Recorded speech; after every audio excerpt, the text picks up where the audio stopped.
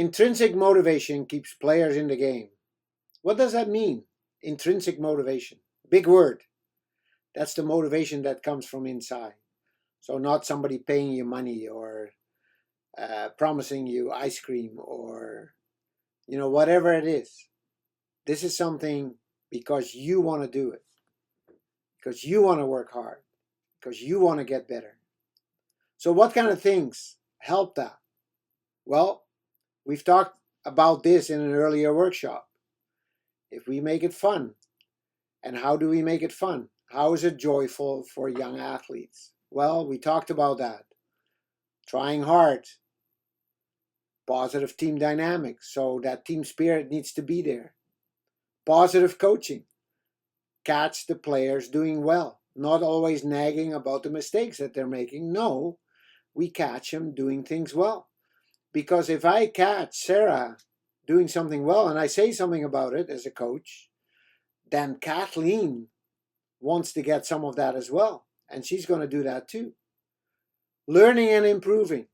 So challenge the kids. Put out new challenges every single time. When it gets too easy, we level it up. And that brings us to the 4 pillars of our coaching, which we've also talked about before.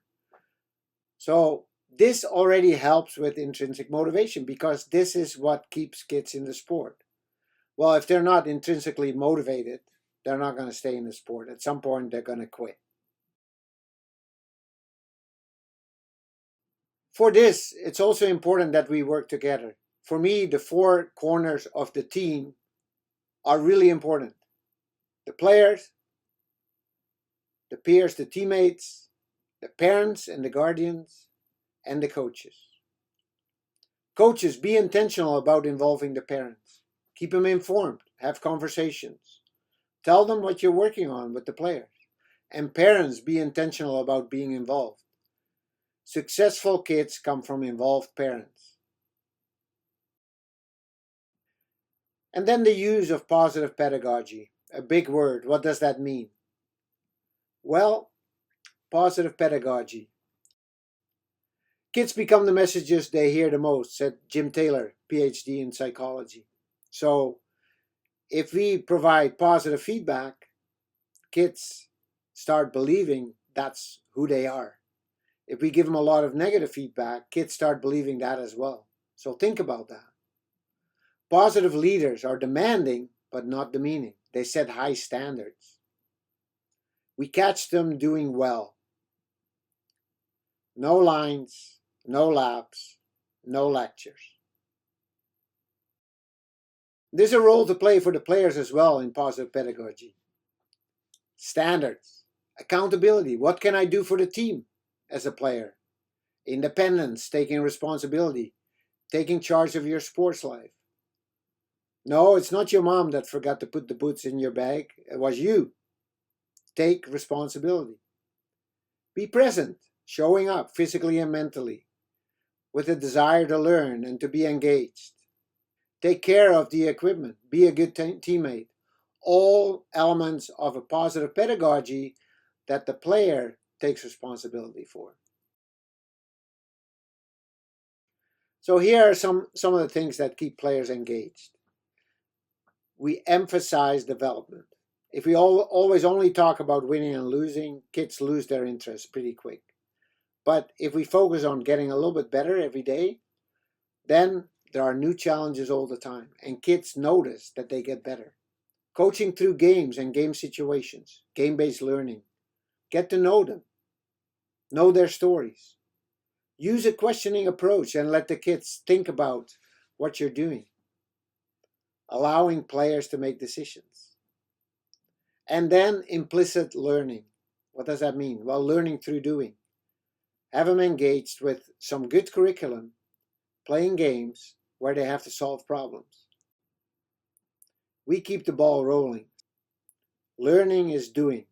Players don't come to hear you talk too much. So there's some studies done on intrinsic motivation. So what helps with that? People need to feel autonomy, that they have some control over the environment. They want to be related. Okay, they want to be part of something. and they want competence. They want to improve their skills. Those are the players' needs, and that leads to intrinsic motivation. So what does that mean? Let's look at this a little bit deeper. So if you look at competence, so we have to work on increasing skill, better understanding of the game, allowing players to be creative, autonomy. Players hold themselves to high standards after agreeing on them, team values. The countdown, I will explain how that works.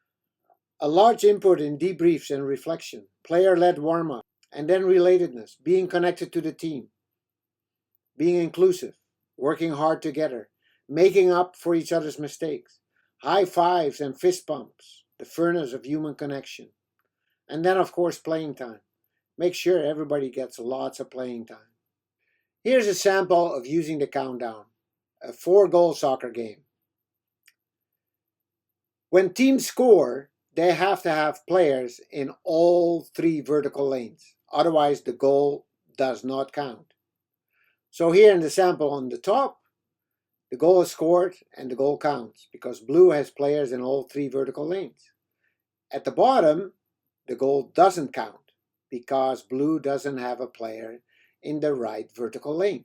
Now, you can practice that, and you as a coach, every single time when the team on the ball does not have players in all the 3 lanes, you start counting down from 10 or from 5, depending how good they are at it already. And you start counting 5, 4, 3, and you start counting down, and players understand that they need to fix something, but they can fix it themselves. They can start coaching each other. Oh, we need somebody in the middle, or we don't have somebody on the far side. Get organized.